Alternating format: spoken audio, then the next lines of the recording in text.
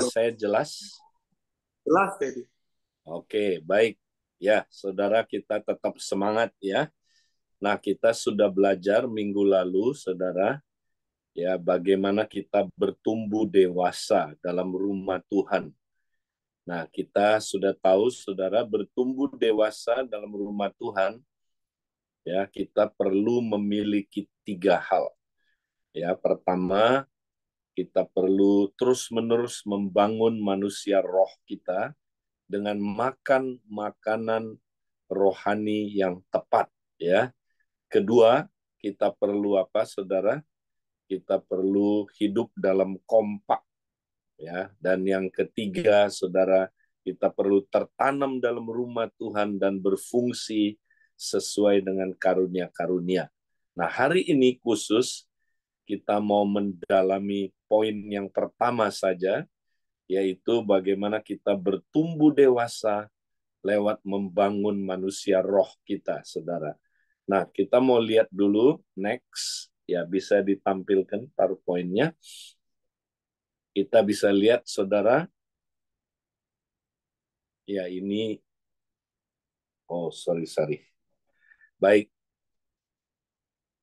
ya saudara, saya salah kirim PowerPoint, saya akan kirim lagi sebentar, mungkin teman-teman bisa, uh, mungkin Pak Untung bisa, ini ya, saya kirim lagi ulang.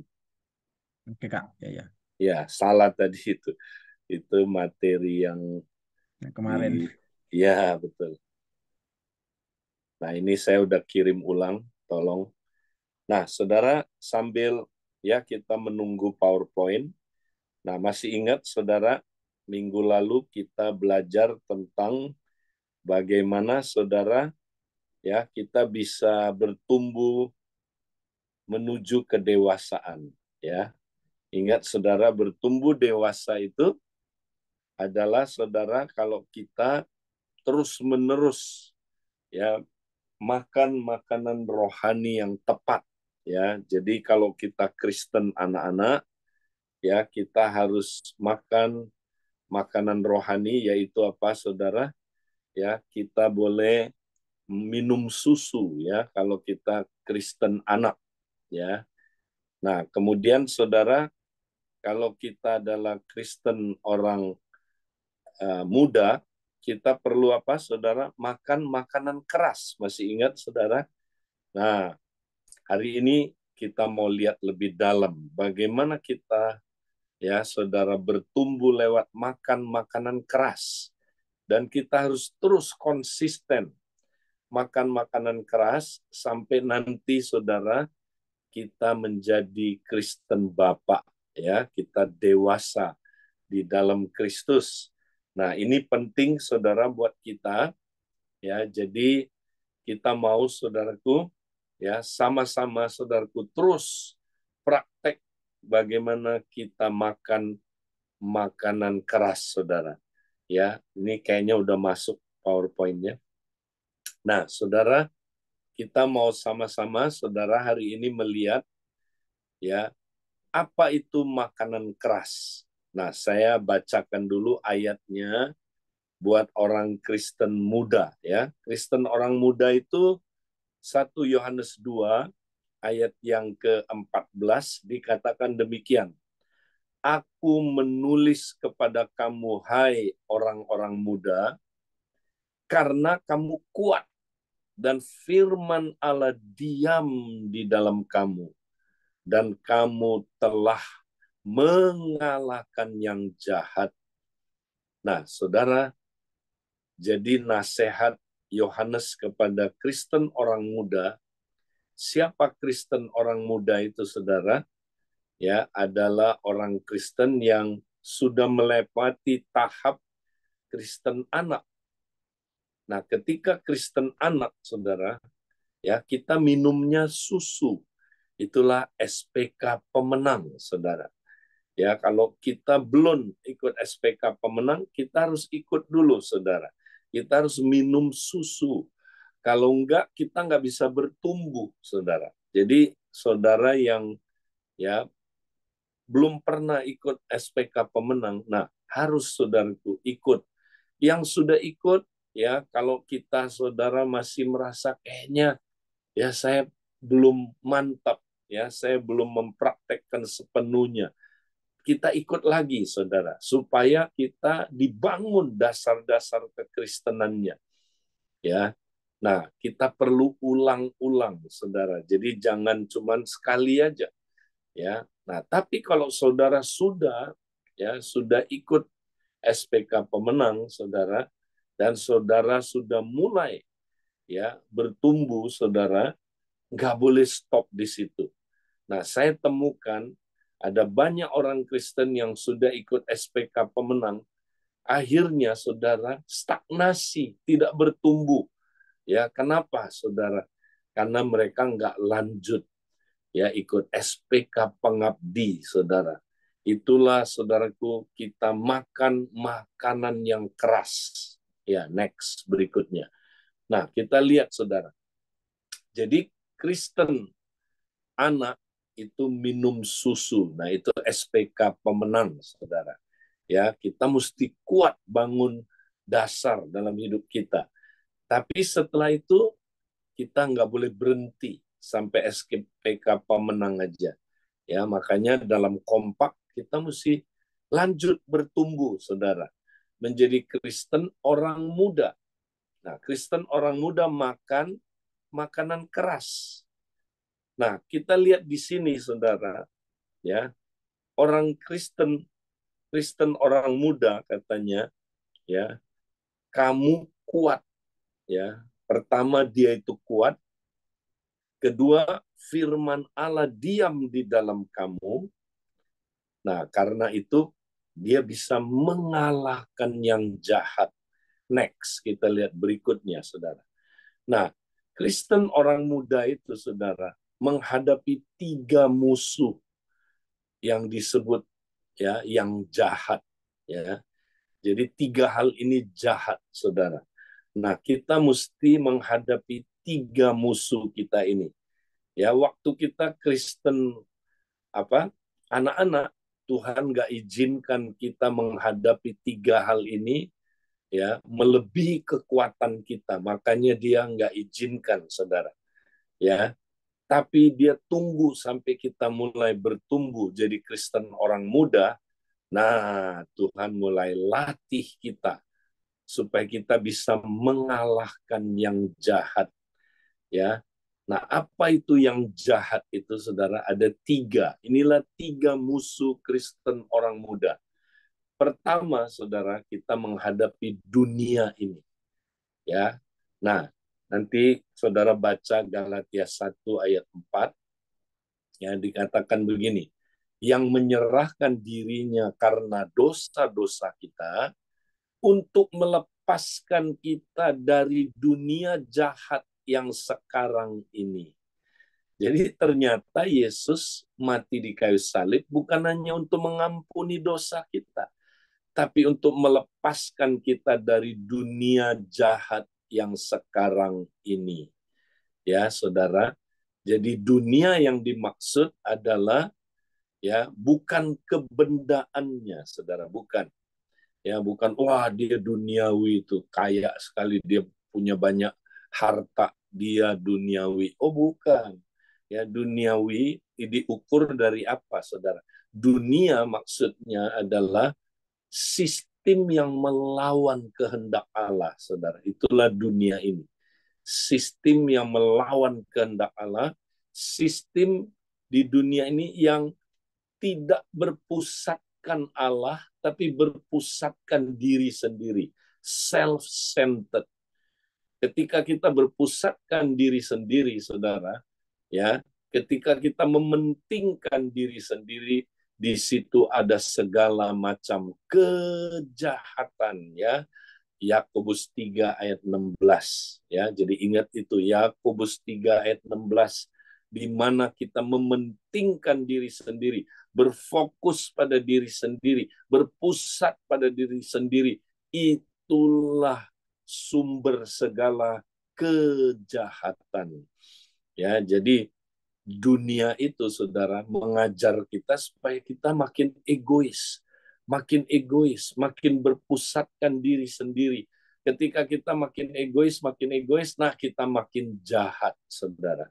Ya, jadi dunia itu kalau begitu apa, saudara? Gampang. Dunia itu yang saudara tiap hari ya dipengaruhi oleh dia. Lewat apa, saudara? Medsos, ketika saudara lihat Instagram, lihat YouTube, lihat Facebook, ketika saudara di kantor dengerin orang ngobrol, ya. Ketika kita nggak usah bikin apa-apa, kita diam-diam aja, saudara. Dunia ini mempengaruhi kita, ya. Jadi saudara dipengaruhi supaya saudara menjadi serupa dengan dunia ini. Makanya Paulus bilang jangan kita menjadi serupa dengan dunia ini. Ya.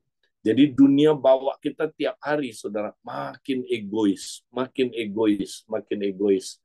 Makanya pernikahan jarang yang berhasil hari-hari ini, saudara.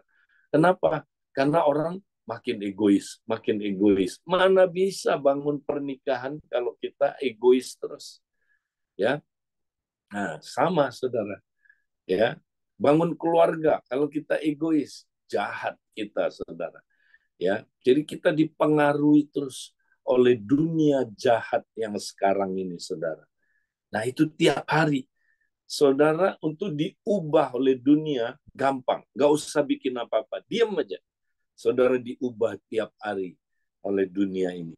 Jadi dunia ini agresif sekali, tiap hari menguasai saudara, ya, dan saudara nggak sadar tuh, ya, ngeklik lihat medsos kena, ya, ngeklik lagi kena lagi, ya, lihat dengar orang ngomong kena, ya, apalagi kalau nggak saat teduh tuh, nah kena tuh, saudara, ya. Dunia ini jahat dan mempengaruhi saudara tiap hari. Nah, kedua musuh orang muda yang kedua adalah setan, ya. Setan disebut si jahat. Ya, tiga musuh ini jahat semua, saudara. Ya, setan itu si jahat. Oke. Nah, setan bagaimana mempengaruhi kita supaya kita jadi jahat, saudara? Oh, dia nggak langsung muncul di belakang pohon. Wah, tunjukin taringnya. Ya, itu mah setan kelas rendah. Ya, kata kata Pak Lukas, setan yang belum lulus akademi persetanan, ya. Itu setan yang kurang ngeri, saudara. Setan yang ngeri itu yang apa? Yang saudara nggak sadar, ya, saudara nggak lihat. Nah, dia kerjanya lewat dua hal. Ingat ya, saudara boleh catat. Setan bekerjanya lewat dua hal. Satu, ya, menuduh kita, saudara. Nah, itu dia cara. Karena dia disebut penuduh. Jadi cara dia kerja adalah tuduh kita. Ketika kita jatuh, ketika kita ada kekurangan, ketika kita berbuat salah, ketika kita, bukan cuma itu, ketika kita berbuat yang benar juga, saudaraku, kita dituduh. Ya kan? Dia tuduh terus. Percuma kamu, Wiwi, coba lihat. Ya, ngapain lu doa-doa pagi terus begini? Percuma lu, ya. Nah, dia tuduh, saudara. Tuh buktinya lu jatuh.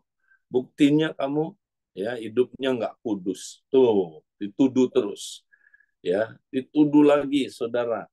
Ya, kalau kita ya gagal jadi pria sejati. Dia pakai istri kita, tuduh kita, saudara. Percuma lu ikut pria sejati. Katanya pria sejati. Apanya yang sejati lu? Nah, itu dituduh, saudara. Nah, terus kita balas, kamu juga sama istri, lu juga katanya ikut wanita bijak, wanita bejat, kamu tahu nggak? Waduh, saling tuduh. Nah, itu cara setan bekerja, saudara, menuduh kita terus, ya. Nah, yang ketiga, yang kedua, setan bekerja lewat apa, saudara? Lewat ini, saudara, pikiran-pikiran yang salah, ya. Dia itu penipu, saudara. Jadi dia pembohong yang ulung karena dia bapak pembohong, saudara. Jadi caranya dia bekerja nipu kita, kasih pikiran yang salah, pikiran yang sesat, pikiran yang nggak benar atau setengah benar. Nah, masukin terus ya pikiran-pikiran ya. Jadi kita disesatkan oleh pikiran-pikiran setan itu, saudara. Ya, nah setan itu katanya memikirkan perkara-perkara manusia. Ya, makanya Yesus sempat sempat sekali dia menegur Petrus. Nyah kamu ke belakangku setan, ya. Karena kamu hanya memikirkan pikiran-pikiran ya, yang apa? Ya, pikiran manusia. Ya, pikiran-pikiran apa? Saudara, yang bertentangan dengan salib. Ya, itu setan, Saudara. Dia bekerja tiap hari menyesatkan kita supaya kita, Saudara, jadi jahat. Itu tujuannya supaya kita semua self-centered, jahat. Nah, setan sama dunia kerjasama, saudara. Kenapa? Karena setan disebut ya penghulu dunia ini atau the god of this world. Dia adalah ilah dunia ini, saudara. Jadi setan bosnya dunia ini. Jadi dia juga kerjasama dengan dunia. Dia pakai dunia terus ya membuat kita jadi jahat, saudara. Nah, ini dua musuh kita yang di luar, saudara. Ini di luar kita, ya. Nah, tapi ada musuh yang paling mengerikan yang nanti kita lihat, saudara. Ini musuh dalam selimut. Yang di dalam kita ini yang lebih ngeri sebenarnya, saudara. Yaitu apa? Keinginan daging kita. Nah, ini musuh dalam selimut, saudara. Keinginan daging. Ya, inilah hawa nafsu kita, saudara. Ya, inilah saudaraku keinginan daging kita, ya, yang di dalam tubuh kita ini, saudara. Ini jahat, ya, dia ya jahat, saudara. Dia mengajak kita, saudara, ya, untuk berbuat dosa-dosa, ya, seperti keinginan mata, keinginan daging, dan keangkuhan hidup. Nah, ini ada di dalam kita, saudara. Wow. Nah, jadi gimana kita mau menghadapi tiga musuh kita? Sekali lagi, makan makanan keras. Ya, firman mesti berdiam di dalam kita. Itulah makanan keras. Nah, nanti kita akan belajar apa artinya firman berdiam di dalam kita, saudara. Itu makanan keras. Nah, kita lanjut dulu, lihat Ibrani next. Apa itu makanan keras? Tetapi makanan keras adalah untuk orang-orang dewasa, ya, yang karena mempunyai panca indera yang terlatih untuk membedakan yang baik daripada yang jahat.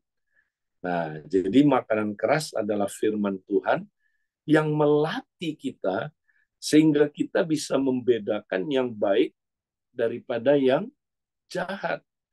Makanya kalau kita nggak bisa bedain yang baik dan yang jahat, ya kita nggak bisa mengalahkan yang jahat. Karena yang jahat ini licik sekali, masuknya ke kita licik sekali, saudara. Kita suka nggak sadar kita sedang melakukan yang jahat, saudara. Ya, nah makanya kita mesti terlatih untuk bisa membedakan yang baik daripada yang jahat, ya kan? Seringkali kita, saudara, melakukan sesuatu kita nggak sadar itu jahat sebenarnya, ya, ya, yaitu Yakobus 3 ayat 16 itu, saudara, di mana ada iri hati dan kedengkian, iri hati, sorry, dan iri hati dan ya apa, saudara, yaitu memikirkan diri sendiri, egois, di situ ada segala kekacauan dan kejahatan, saudara. Ya, ketika kita berpikir egois, berpikir diri kita sendiri, ya, fokus ke diri kita, di situ kita jahat. Dan kita pikir, enggak, saya enggak jahat, saya sedang melakukan sesuatu yang kita pikir itu kan baik. Enggak, saudara. Tapi itu jahat. Ya, kita nggak bisa bedain yang jahat dan yang baik. Nah, gimana kita mau kalahkan si jahat? Nah, jadi apa itu makanan keras? Nah, saya suka sekali saudaraku istilah bahasa Inggrisnya, saudara. Ya, bahasa Inggrisnya ya nanti saudara baca, saya nggak taruh di sini. Dibilang begini, but solid food is for the mature, ya, which by constant use train themselves to discern between good and evil. Ya, saya terjemahin langsung ya. Jadi makanan keras adalah untuk orang-orang dewasa, ya, yang karena penggunaan yang terus-menerus melatih dirinya untuk membedakan yang baik dan yang jahat. Nah, bahasa Inggrisnya menurut saya lebih tajam. Ada kata yang karena penggunaan yang terus-menerus, ya, because of constant use, yang terus-menerus digunakan, melatih dirinya membedakan yang baik dan yang jahat. Jadi, makanan keras itu apa, saudara? Bukan firman yang sulit-sulit dimengerti. Wah, ini hari ini ya makanan keras nih. Saya nggak ngerti itu apa yang dikhotbahin sama pengkhotbah. Dalam sekali teologianya. Ini makanan keras. Lu tahu nggak? Ini makanan keras. Lu nggak ngerti kan? Gua aja nggak ngerti. Itu dia. Ya, saudara, coba lihat, kita sering salah ngerti. Kita pikir makanan keras adalah firman Tuhan yang jelimet-jelimet. Memang ada firman Tuhan yang sulit dimengerti, ya kita harus belajar mengerti. Tapi bukan itu makanan keras. Makanan keras itu gini, saudara. Firman yang kita udah ngerti, kita praktekkan berulang-ulang. Dengan demikian, kita melatih diri kita untuk membedakan yang baik daripada yang jahat. Itu makanan keras, saudara. Jadi makanan keras adalah firman yang dipraktekkan berulang-ulang. Seperti orang latihan. Nah, ini dia, latihan. Nah, kata terlatih, saudara, itu berkaitan dengan kata gumnazo. Gumnazo dari sini keluar kata gymnasium. Ya, apa itu gymnasium? Tempat latihan. Tuh lihat gambarnya, saudara. Ya, ada orang yang ke gym. Orang ke gym ngapain, saudara? Ya, mempraktekkan apa yang dia tahu, mempraktekkan teorinya.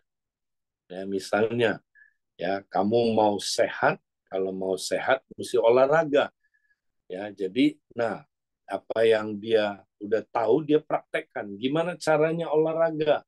Ya, misalnya melalui ini ya, saudara, lari misalnya. Ya harus 20 menit minimal. Praktek berulang-ulang, ya.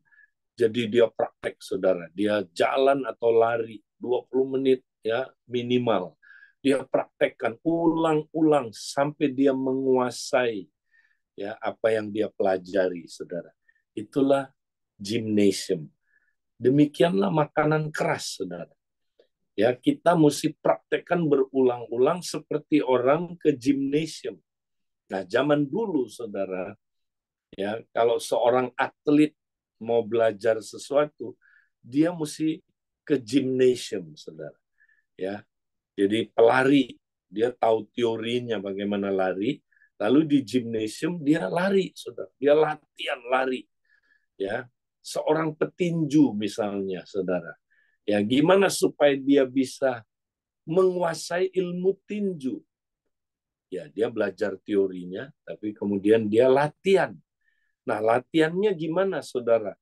Menghadapi lawan tanding. Dia nggak bisa, saudaraku, hanya sendirian. Nggak bisa, nggak jago dia. Dia mesti ada lawan tanding, saudara. Ya, sparring partner. Ya, yang pukul-pukulan, baru dia jago, saudaraku. Nah, sama. Kita kalau udah ngerti firman, saudara, firman perlu dipraktekkan ya di gym kita. Setiap kita mendapatkan sebuah gymnasium. Tapi gymnasiumnya bukan tempat latihan ya sebuah tempat, tapi ya gimnasiumnya adalah apa, saudara? Situasi sehari-hari di mana kita menghadapi tantangan, ketika kita menghadapi sparring partner kita, ya kita menghadapi apa, saudaraku, lawan tanding kita, yaitu apa? Berupa pencobaan dan ujian. Nah, ini dia.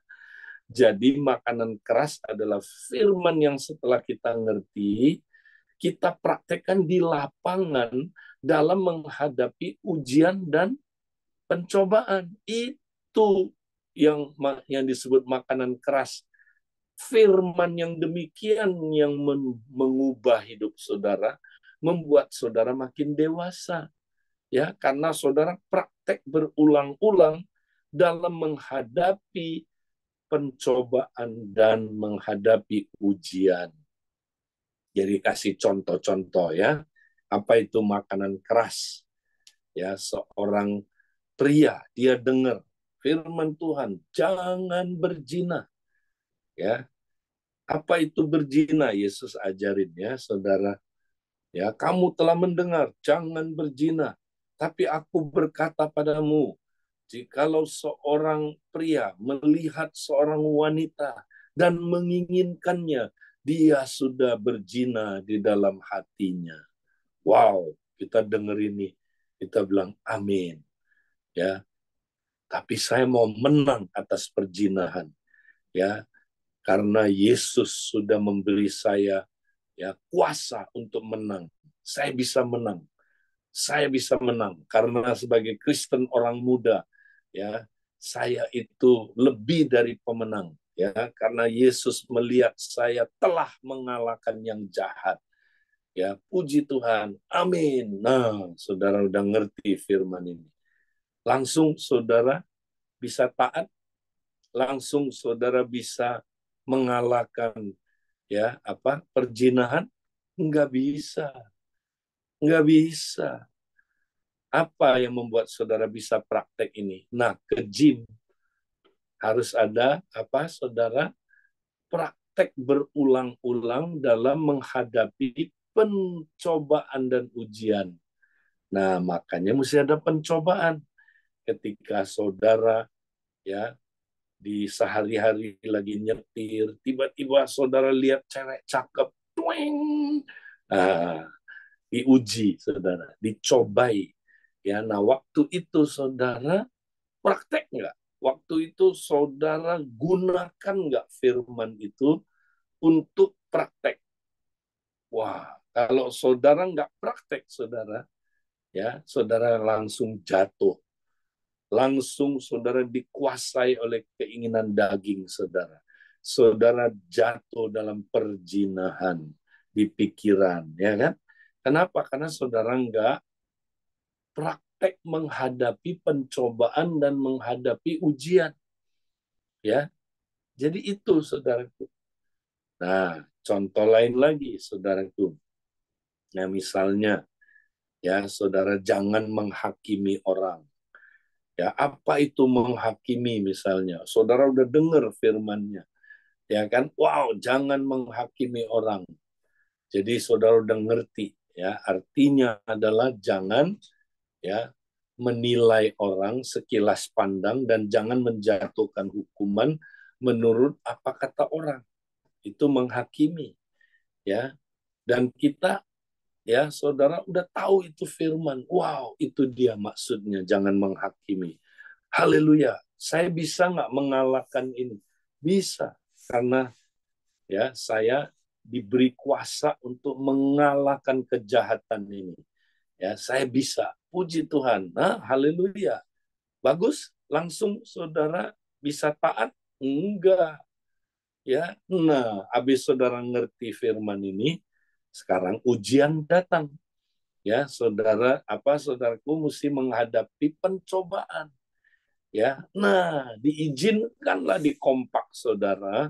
Saudara melihat kesalahan orang. Saudara melihat ya ketidaksempurnaan orang. Saudara lihat saudaramu seperti itu atau pasanganmu seperti itu.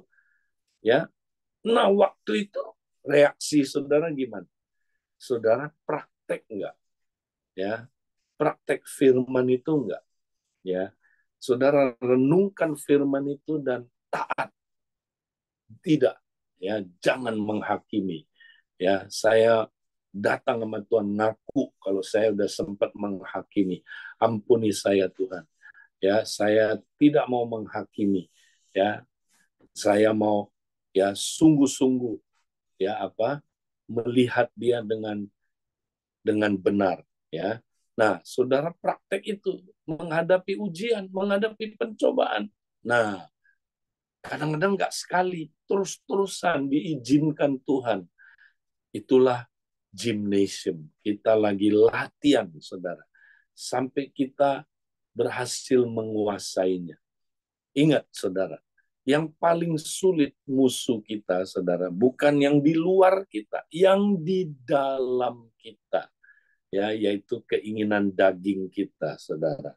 Nah, makanya Paulus menggambarkan, dia menggambarkan, saudara, kita dalam berhadapan dengan daging, kedagingan kita, atau dia sebut di sini tubuh, ya, itu adalah seperti orang yang sedang mengikuti pertandingan ya di ismus. Nah, saya jelaskan dulu. Saya sudah pernah jelaskan ini, saudara. Ya, jadi setahun sekali di luar kota Korintus ada kota ismus namanya. Ya, setahun sekali ini, saudara, di kota ini ada pertandingan-pertandingan untuk memperingati dewa Poseidon. Ya, nah pertandingan apa aja? Pertandingan nyanyi, pertandingan musik, pertandingan baca puisi, pertandingan apalagi saudara, ya pertandingan kereta kuda, pertandingan lari, tapi ada pertandingan yang paling top yang disukai, yaitu bela diri, saudara. Tinju, gulat, dan yang ketiga, kombinasi antara tinju dan gulat. Itu namanya pancrase. Sekarang kan terkenal sekali, namanya mixed martial arts. Ya. Nah, jadi ini gambarnya, saudara. Ini dua orang sedang melakukan pertandingan pancrase. Apa itu pancrase, saudara? Kita berhadapan sama musuh kita, ya, kita pukul dia atau dia yang pukul kita menjatuhkan dia atau dia yang menjatuhkan kita. Kita kuasai dia, kita bergulat, ya, kita tekan dia atau dia yang bergulat menekan kita, ya, sampai dia nyerah, saudara. Nah, demikianlah, saudara, Paulus menggambarkan dirinya sedang bertanding dengan keinginan dagingnya, saudara, dengan tubuhnya. Nah, ini yang paling sulit musuh kita yang di dalam ini, saudara. Ya, jadi kita tiap hari bergulat, bergumul, dan bertinju dengan siapa, saudara? Dengan tubuh kita. Ya, tubuh di sini bukan fisiknya, tapi keinginan-keinginan yang ada di dalamnya, saudara. Itu dia. Nah, makanya Paulus bilang begini, sebab itu aku tidak berlari tanpa tujuan. Ya, jadi dia mesti punya fokus, nggak cuma lari aja. Aku bukan petinju yang sembarangan saja memukul. Nah, dia lagi gambarkan, dia sedang berhadapan dengan tubuhnya, saudara. Ya, jadi gimana dia bisa mengalahkan tubuhnya, saudara? Yang di dalamnya ada keinginan-keinginan daging tadi. Gimana caranya? Ayat 27.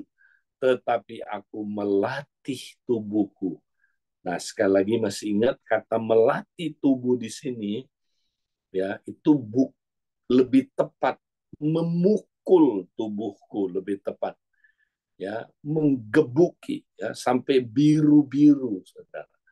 Ya, kita nggak boleh kasih hati sama keinginan daging kita, saudara. Mesti kita pukul dia, kita hajar dia seperti seorang dalam tinju, pukul musuhnya sampai matanya biru, saudara, sampai dia KO istilahnya, saudara.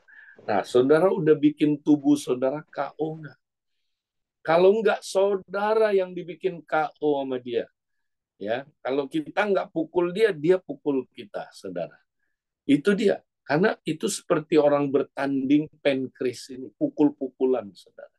Kalau kita nggak pukul dia, dia pukul kita. Saya banyak menemukan orang Kristen, ya, kenapa hidupnya kedagingan, saudara. Aduh, nggak berubah-berubah hidupnya, kedagingan. Ya, karena itu, karena dia nggak pernah pukul tubuhnya. Nah, apa artinya pukul tubuh ini, saudara? Ya, pukul di sini itu artinya praktek disiplin-disiplin rohani. Ya, ketika kita puasa, kita lagi hajar tubuh kita, peng, pukul dia, saudara. Ketika kita doa pagi, saudara, mempersembahkan tubuh sebagai korban yang hidup, yang berkenan kepada Tuhan. Kita worship, itu adalah praktek disiplin rohani. Kita lagi pukul tubuh kita, peng. Ya, nah, terutama, dengar ini, saudara, terutama ketika kita renungkan firman, makan makanan keras, dan praktek firman itu, saudara, disiplin, ya, melakukan firman, itu kita lagi pukul tubuh kita, peng, ya, maka dia mati keinginan dagingnya, saudara. Baru bisa mati. Ya, kalau kita praktek disiplin-disiplin rohani, ya, pukul, saudara, tiap hari, ya, pukul dia, hajar dia, saudara. Itu yang pertama. Nah, kedua, katanya, dan menguasainya seluruhnya. Wow, ini istilah gulat, saudara. Saudara, kalau orang bergulat, dibanting dulu orangnya dan ditekan sampai ke bawah, dikuasai seluruhnya, saudara. Sampai dia nggak bisa bangun lagi, saudara. Nah, itu dia. Ya, dikuasai sampai dia atau ngetep, ya, saudara. Nah, ini dia. Saudara, kita mesti, ya, apa? Kuasai nafsu kita. Kuasai apa, saudaraku? Ya, kedagingan kita, tubuh kita ini begitu rupa seperti orang yang dalam gulat, saudara. Tekan dia sampai dia nggak bisa bangun-bangun lagi, ya, karena kata menguasai di sini adalah memperhamba, ya, memperhamba dia, saudara, memperhamba dia terus menerus. Ya, ingat, kalau saudara nggak memperhamba tubuh saudara, saudara akan diperhamba oleh dia. Nah, tubuh adalah hamba yang baik, tapi dia tuan yang jahat, saudara. Ya, ketika dia menguasai kita, ya, maka kita akan jadi jahat, saudara. Ya, karena dia adalah tuan yang jahat. Tapi kalau dia jadi hamba, dia hamba yang baik. Tubuh kita itu baik, saudara. Kalau kita kuasai dia, ya, baik. Kalau nggak ada tubuh, kita nggak bisa mengekspresikan apapun dalam hidup ini. Kita nggak bisa menjalankan hidup kita. Tapi tubuh kita ini hati-hati, jangan dia pernah jadi tuan. Nah, makanya tiap hari kita mesti kuasai dia. Nah, caranya gimana? Sama yang tadi, praktek disiplin-disiplin rohani. Ya, saudara, disiplin rohani itu adalah apa? Sarana kasih karunia, saudara. Lewat praktek disiplin rohani datang kasih karunia kepada kita, sehingga kita bisa mengalahkan si jahat ini yang di dalam kita. Ya, jadi praktek puasa. Masih puasa nggak, saudara? Ya, cuman semangatnya cuman waktu awal tahun. Sekarang udah nggak puasa, ya jangan heran, bangkit lagi, kedagingannya bangkit lagi. Ingat, kalau kita nggak menguasai dia, dia menguasai kita. Ya, saudara masih praktek nggak? Ya, apa? Worship terus, ya, praktekin coram Deo, nyembah Tuhan, Roma 12 ayat 1, tiap hari mempersembahkan tubuhnya. Nggak praktek, ya jangan heran, saudara, dagingnya menguasai saudara. Ingat, cuma ada dua, saudara menguasai dia atau dia menguasai saudara. Ya, nah terutama waktu saudara praktek firman. Nah ini kita kan lagi fokus bahas firman.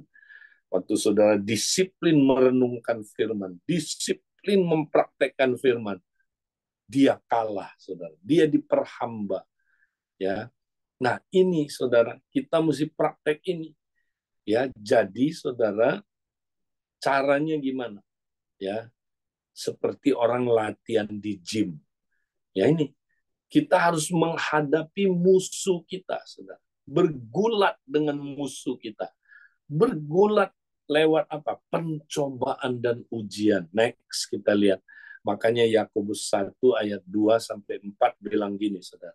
Saudara-saudaraku, anggaplah sebagai suatu kebahagiaan apabila kamu jatuh ke dalam berbagai-bagai pencobaan.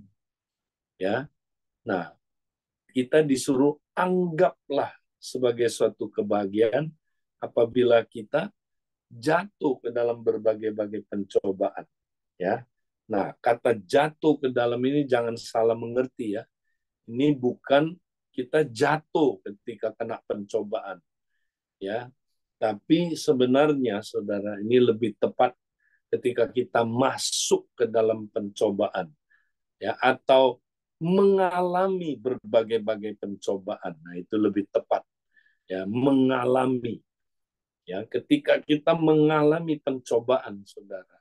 Wow, itu suatu kebahagiaan. Kenapa? Sebab kamu tahu bahwa ujian terhadap imanmu itu. Nah, dari pihak setan, saudara, ya, pencobaan itu ya, itu bersifat jahat, saudara. Ya, jadi pencobaan bukan dari Tuhan. Pencobaan itu dari mana? Nah, dari si jahat. Pertama, pencobaan itu dari dunia ini. Dunia itu jahat, saudara. Kedua, dari setan. Ya, setan itu jahat, saudaraku. Dan ketiga, karena kita punya keinginan-keinginan daging tadi itu. Maka kita ya mengalami pencobaan. Jadi pencobaan itu bukan dari Tuhan, karena Tuhan nggak pernah mencobai ya siapapun dan dia nggak bisa dicobai. Ya, jadi pencobaan itu dari setan, dari dunia dan dari keinginan kita.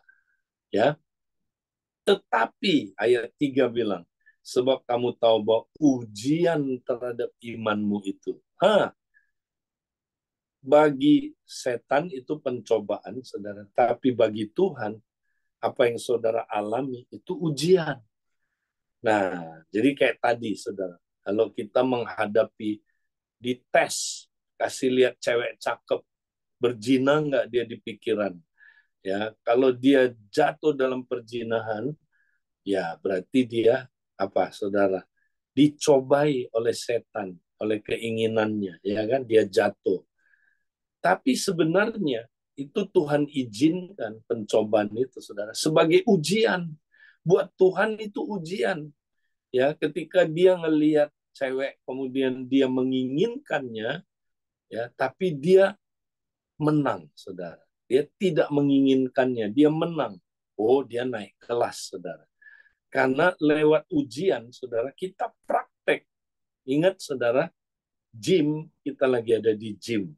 Ya, jadi kita mesti diuji. Kalau nggak ada ujian, kita nggak belajar. Betul?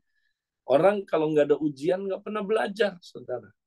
Apalagi ya kita tahulah, kita semua pernah jadi mahasiswa, pelajar. Kalau ada ujian, di situ kita belajar. Sama, saudara. Ya, kalau ada ujian, baru kita praktek firman. Baru kita belajar praktek firman. Kalau nggak ada ujian, tantangan, nggak ada pencobaan, kita nggak mungkin praktek firman itu, saudara. Sama kayak orang cuma belajar teorinya, dia nggak pernah ke gym praktek. Ya, dia nggak pernah menguasai ya ilmu karate itu, saudara. Ya, dia mau belajar karate, ya gimana caranya? Mesti ke gym. Ya, hadapi siapa? Hadapi lawan tanding, sparring partner. Tinju juga sama, mesti hadapi lawan tandingnya, saudara. Karena ketika dia menghadapi lawan tanding, disitulah dia praktek berulang-ulang. Nah, ini makanan keras, saudara. Praktek berulang-ulang, ya, by constant use, ya, train themselves to discern good and evil. Jadi ayat 3 bilang begini, sebab kamu tahu bahwa ujian imanmu menghasilkan ketekunan. Nah, ini dia. Ya, tekun ini yang kita cari, saudara. Tekun itu apa sih? Orang yang tekun, orang yang praktek berulang-ulang, konsisten, terus-terusan praktek. Ya, itu tekun artinya. Bahkan tekun itu artinya gini, saudara. Kita mempraktekkannya terus walaupun, ya, situasinya tidak memungkinkan. Yaitu tekun, saudara. Ya, artinya walaupun situasinya tidak mendukung, ya, tapi dia praktekkan terus, saudara. Nah, itu tekun.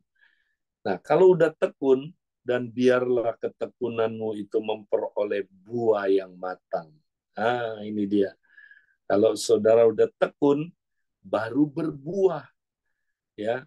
Nah, kalau udah berbuah, saudara akhirnya menjadi sempurna. Ya, ini bahasa, salah satu terjemahannya adalah dewasa dan utuh dan tak kekurangan apapun.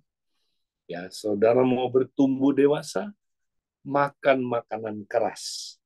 Apa itu makanan keras? Sekali lagi, firman yang kita praktekkan berulang-ulang sampai tekun, ya, menghadapi pencobaan dan ujian. Itulah makanan keras, saudara.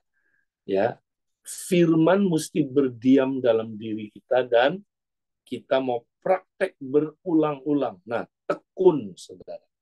Praktek tekun itu kata kuncinya. Praktek dengan tekun. Next. Kita lihat Yakobus membahas lebih dalam lagi dalam ayat 24 sampai 25. Next. Nah, masih ingat, saudara, berikutnya, PowerPoint-nya? Nah, saudara, Yakobus menjelaskan ayat 23, nanti kalau saudara baca ayat sebelumnya, ya, kenapa ada orang yang tidak bisa taat melakukan firman, saudara. Sebab dia bilang begini, ya, dia adalah seperti orang yang mengamat-ngamati mukanya dalam cermin. Nah, lalu ayat 24, baru saja dia memandang dirinya, dia sudah pergi atau segera lupa bagaimana rupanya. Nah, orang yang nggak taat sama firman Tuhan, nggak praktek, saudara. Karena dia melihat cerminnya sebentar aja. Cermin itu apa? Firman, kan? Ya. Tujuan firman buat apa, saudara? Pertama, menunjukkan kekurangan-kekurangan saudara. Ya. Nah, jadi waktu saudara lihat cermin, saudara lihat, iya ya, aduh, gua kerut, ada kerutnya, ada kotornya di sini. Firman itu menyingkapkan kesalahan-kesalahan kita, saudara. Ya, itu kata 2 Timotius. Menyingkapkan, ya, apa, dosa-dosa kita. Itu tujuannya. Tapi dia nggak berhenti sampai di situ, saudara. Firman juga menunjukkan siapa kita di dalam Kristus, saudara. Nah, itu dia. Jadi firman itu menunjukkan siapa kita dalam Kristus. Ya, bahwa kita ini ciptaan yang baru, bahwa kita ini lebih dari pemenang, bahwa kita ini, saudaraku, udah diciptakan serupa dengan Kristus. Ya. Nah, jadi kalau saudara sering lihat cermin, saudara akan sadar, iya ya, saya masih ada kekurangan, masih ada kesalahan, masih ada dosa, tapi Tuhan bilang begini, tapi nak, kamu jatuh dalam dosa, tapi ingat, kamu tidak diciptakan untuk jatuh dalam dosa seperti itu. Kamu diciptakan untuk menjadi serupa dengan gambaran anakku. Ya, kalau kamu terus lihat ini, ya, kamu lihat siapa kamu di dalam Kristus, pasti kamu akan, ya, menang atas kejahatan itu. Kamu bisa menang, ya. Kamu bisa jadi pelaku firman. Nah, tapi kalau saudara cuma lihat firman ini, lihat cermin ini sebentar aja. Dengerin khotbah, habis itu bosen. Alah Pak Edi, apa ini ulang lagi, ulang lagi. Nah ini dia yang kayak gitu itu saudara. Dia nggak mungkin jadi pelaku firman. Sunan nyampein saat teduh gitu-gitu aja. Ya itu lagi, itu lagi. Nah ini orang yang nggak bisa bertumbuh, saudara. Karena dia bosen lihat bentar. Nah hari ini, saudara, ya kita diingetin hati-hati pada akhir zaman, saudara. Ya akan datang orang yang mengumpulkan, ya dia tidak mau mendengar kebenaran, saudara. Ya, dia nggak mau dengar kebenaran, dia mau dengar berita-berita yang menyenangkan telinganya. Duh, Pak Edi, kenapa sih kita di Abalov nggak khotbah yang itu dong, khotbah itu kamu akan kaya, kamu akan diberkati hidupnya, kamu kalau ikut Yesus ya nggak ada masalah, itu dong Pak Edi. Ya, kita wah, nah itu ya, atau cuman yang men-trigger keinginan tahu kita, ya. Wah, kita ingin tahu ini, ingin tahu itu, saudara, ya, tapi bukan kebenaran. Ya, hati-hati, saudara. Ya, yang kayak begini makanya nggak bisa bertumbuh. Ya, orang yang akhirnya memuaskan keinginannya sendiri, saudara. Ya, dia gimana mau mengalahkan yang jahat? Ya, makanya hari-hari ini orang Kristen yang cuma mau dengar khotbah yang menyenangkan telinga, ya, itu nggak akan pernah jadi pelaku firman, saudara. Tetapi katanya, barang siapa meneliti hukum yang sempurna. Tapi kalau saudara meneliti terus, ya terus meneliti itu apa, saudara? Habis dengar sekali nggak puas, renungin lagi, lebih dalam lagi. Saya mau pelajari lebih dalam, saya haus belajar firman. Nah gitu saudara, ya lihat lagi di cermin lebih dalam terus, yaitu hukum yang memerdekakan orang. Wow, kalau saudara belajar ini, meneliti ini, ia bertekun di dalamnya. Nah, bukan cuma meneliti, tapi harus bertekun di dalamnya. Nah, apa artinya bertekun, saudara?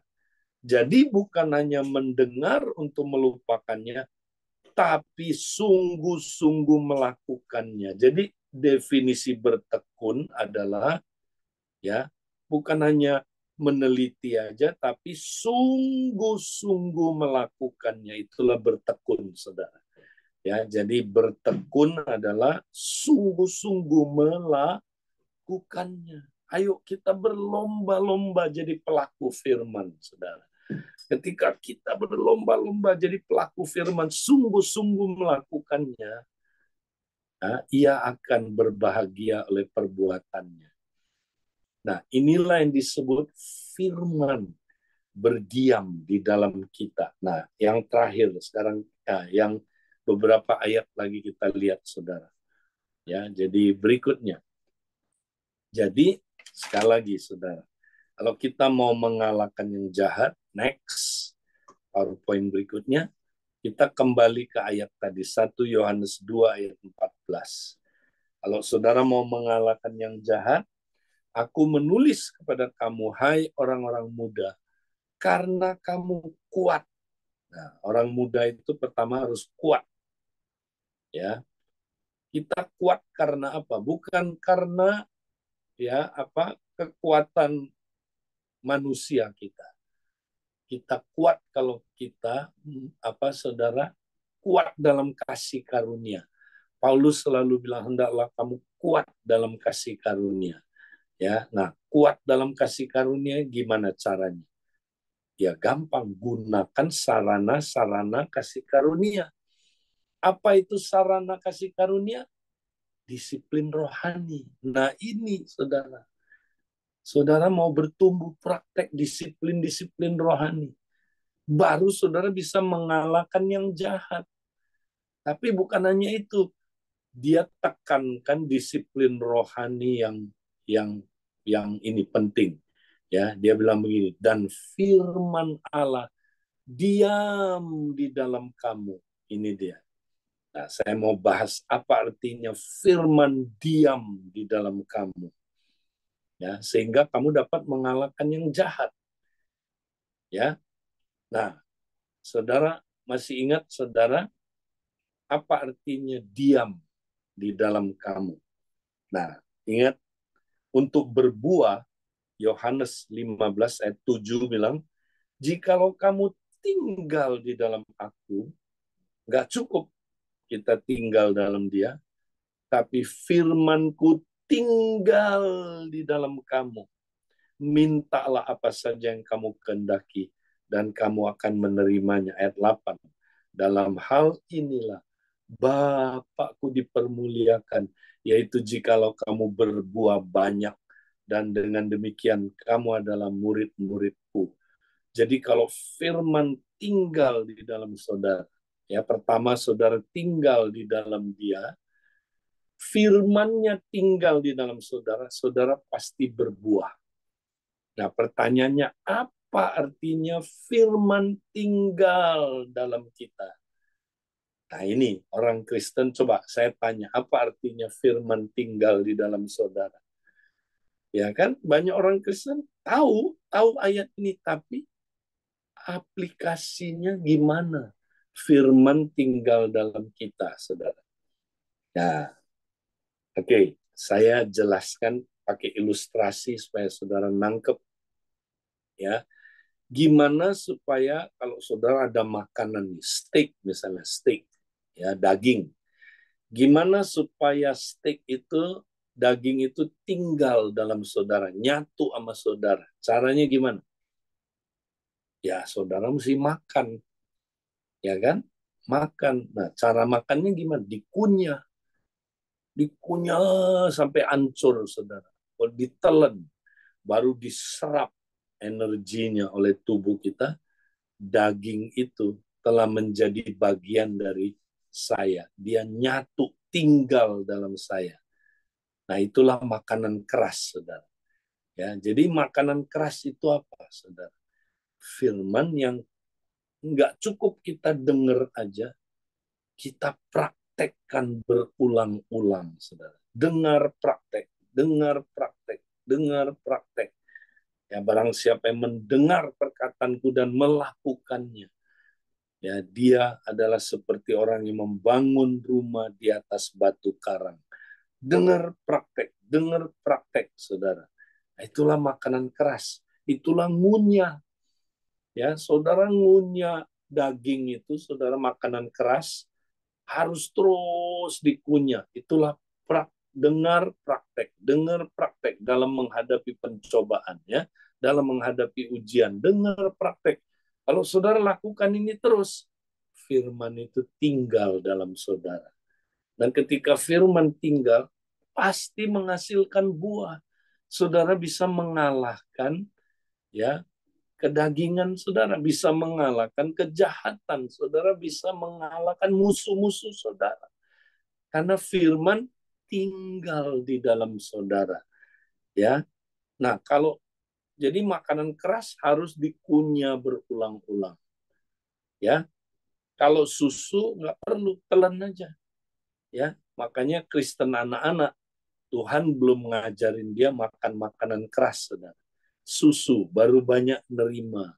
Wow, dapat impartasi. Wah, ya kalau SPK pemenang kan gitu, saudara. Ya, dia banyak dapat impartasi dulu, pencerahan. Wah, saya udah selamat ya. Hati Bapak ya, saudara. Nah, tapi kalau udah SPK pengabdi beda, saudara. Ya, kita perlu mengunyah firman, saudara. Kita belajar merenungkan firman. Makanya saudara tiap hari mesti renungin firman.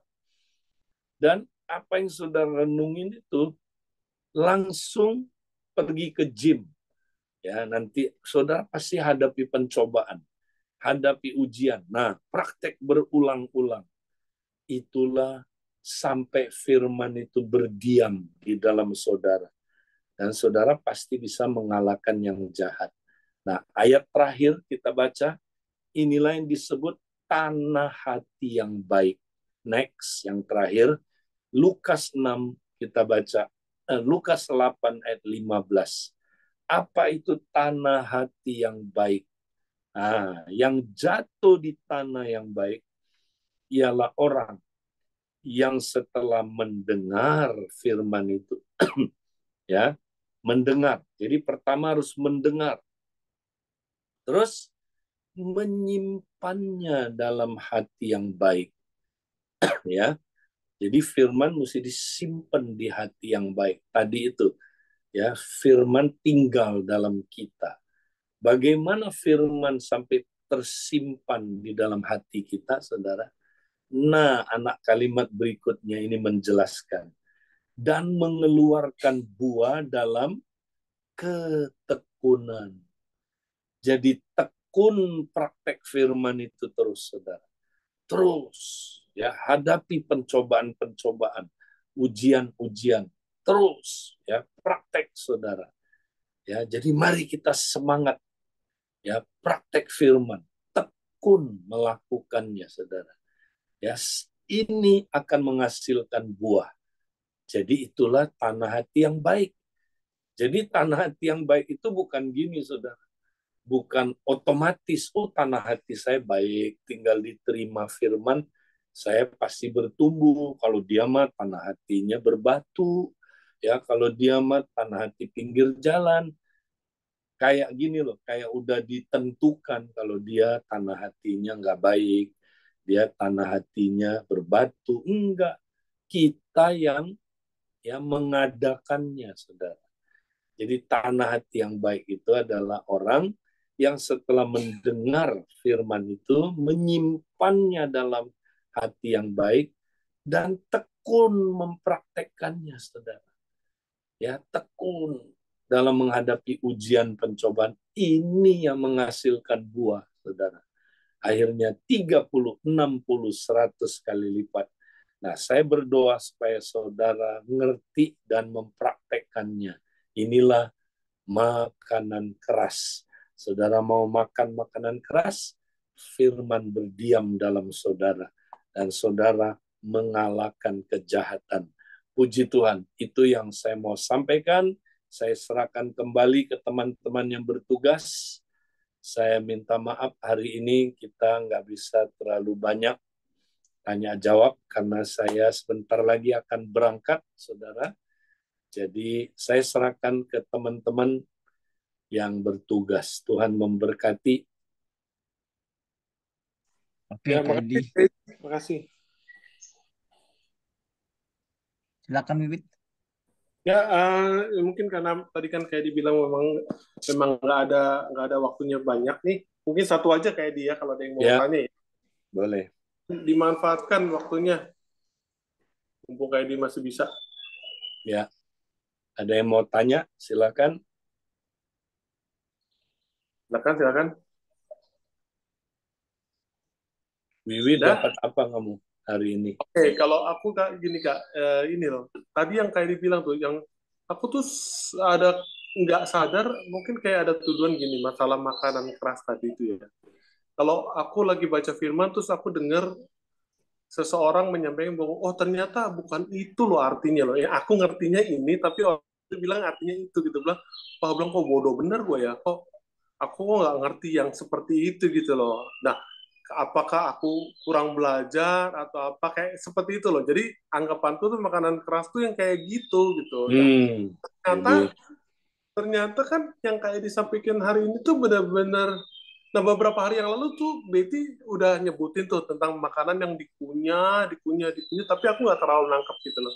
Nah, hari ini ngeh nih, baru doang nih bahwa makanan keras itu adalah sesuatu yang kita bukan hanya terbiasa untuk makannya dengan harusnya gini, firman Tuhan itu harusnya mudah buat semua orang.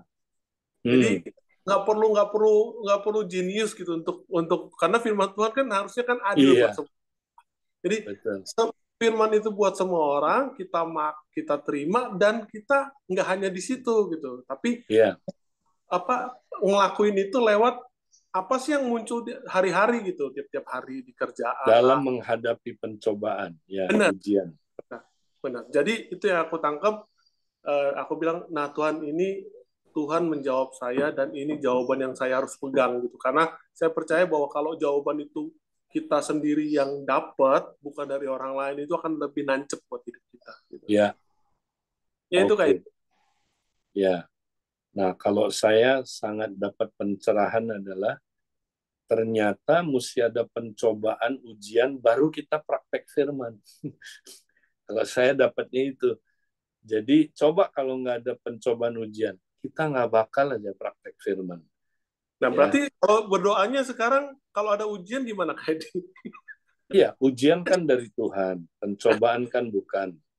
Ya, jadi kita berdoanya Tuhan, ya, jangan membiarkan aku jatuh dalam pencobaan, tapi lepaskan aku dari yang jahat. Itu kan doa Bapak kami. Ya, nah caranya gimana? Kita lepas dari yang jahat bukan hanya doa, tapi praktek apa firman ini, makanan keras ya. Hadapi pencobaan itu dengan cara kita renungin firman ya, terus kemudian praktekkan dan kita pasti bisa menang. Oke? Oke. Baik, Ya, makasih banyak Kak Edi. karena waktu, nah minggu depan nanti equippingnya pakai video ya. Oke. Doakan Kak Edi karena Kak Edi dalam perjalanan ya untuk ya ke Amerika dan ke beberapa tempat lagi untuk bulan November ini. Tuhan memberkati. Sampai ketemu. Terima kasih. Oke, aku rasa itu aja ya buat hari ini. Saya percaya bahwa kita semua dapat pemahaman yang benar, kita dapat sesuatu yang ya menurut saya sini sesuatu yang berharga sekali. Kita harus pegang bagaimana kita menerima firman sebagai makanan yang keras ya. Itu aja Kak Untung ya, mungkin ya. Ya, udah siang juga. Oke, ya Tuhan berkati. Sampai Oke, ketemu. bye-bye. Bye-bye. Terima kasih, Bet. Tuhan berkati. Ya.